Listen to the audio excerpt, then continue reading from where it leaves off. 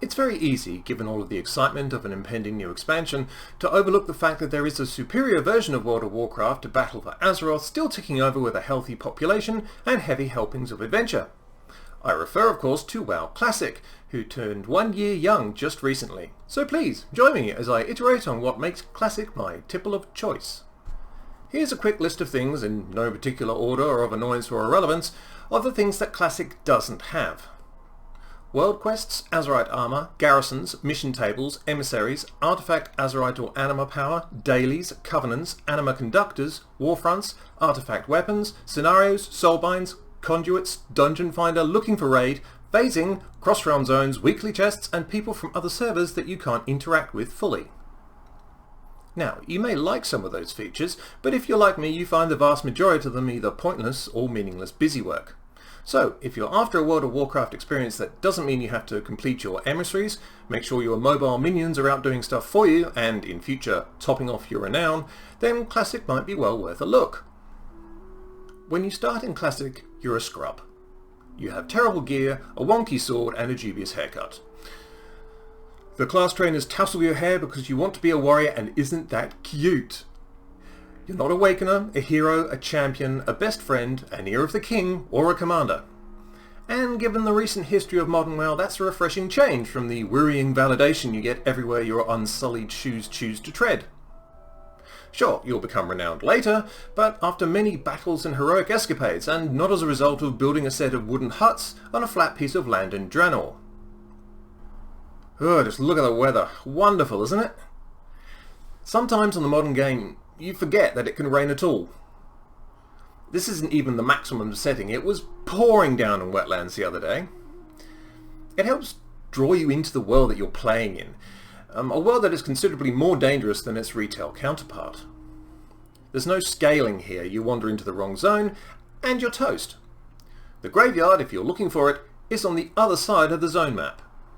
This is not the place for pulling 20 mobs and mowing them down with AoE. As a Prot warrior, you might have trouble surviving 3. And when it comes to elites, you better bring some friends. You can't hold your breath for 10 minutes anymore.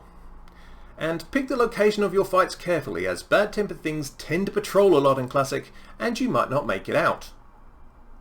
Lastly, you can't just fly away. You'll have to face your enemies. It introduces tactics and struggle that simply don't exist in retail beyond the first week of launch. Better check you've got enough bullets before heading out.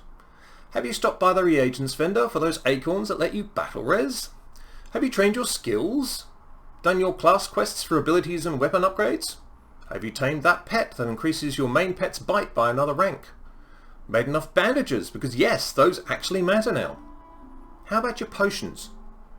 Is your new weapon not skilled up and you need to beat up some critters to get it higher before you swing and miss at a crucial moment?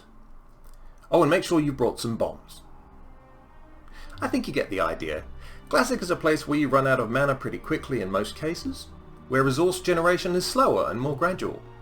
Professions are meaningful and have a direct impact on your progress and survival.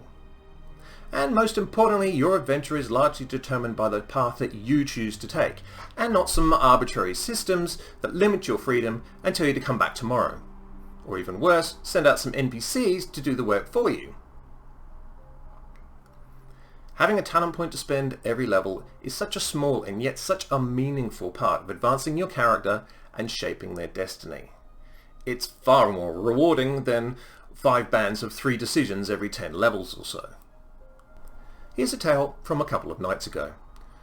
I log on to retail to clear out the gold-giving world quests.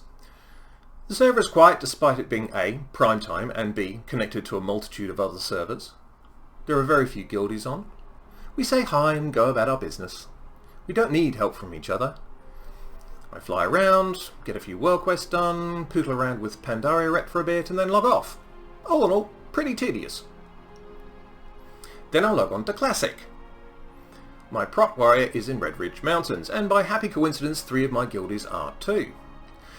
The guild chat itself is bubbling over as plenty of people are online on the single Classic server at prime time. Many are banding up to run Strath or Sunken Temple, but within minutes a guildie calls for assistance for the elite quests in Red Ridge, and 2 hours later, myself and 3 guildies have been working chatting and killing together, bonding while completing objectives that we would have had no chance of completing whatsoever had we just tried to do it by ourselves. And that's a key difference with Classic, I feel. The social aspect is incomparably stronger. As with all things, it takes time to forge these links, but these little shared adventures just enrich your adventure to 60, and what a journey that is. So basically, if your Warcraft life is sending you to sleep, your chat box is empty, and your wish for world quests is expunged, may I recommend a brief detour to a Classic server near you. You may end up liking it more than you think.